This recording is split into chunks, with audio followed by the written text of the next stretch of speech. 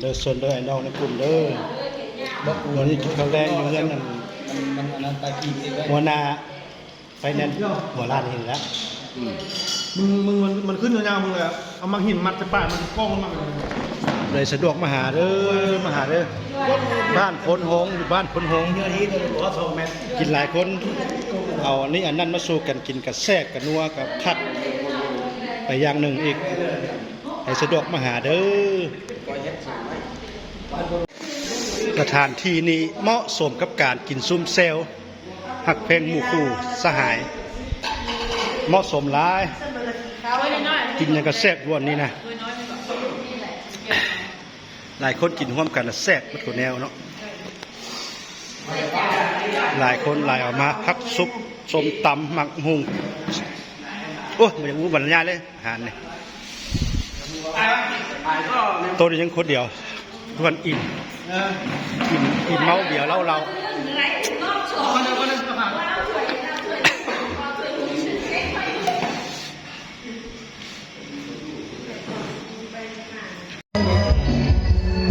สำเร็จเพลงดีได้เพลงนี้นะปิดคายนะคือเก่าแล้วเสียงแน่นดีคือเก่าสำเร็จ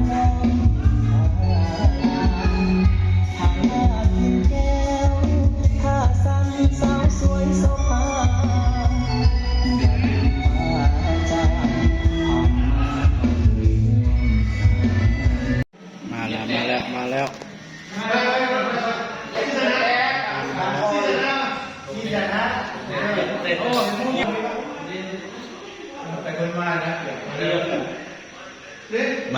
มาแต่สะดวกมาหามานี่กำลังก่อตัวแล้วนี่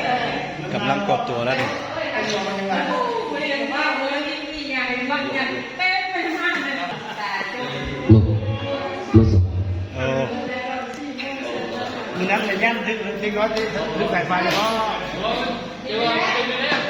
เอาเลยไหมบอกเลยไหม คุณดับได้มาเนี่ย มาเจอกันตอนไหนล่ะเรื่องของมัน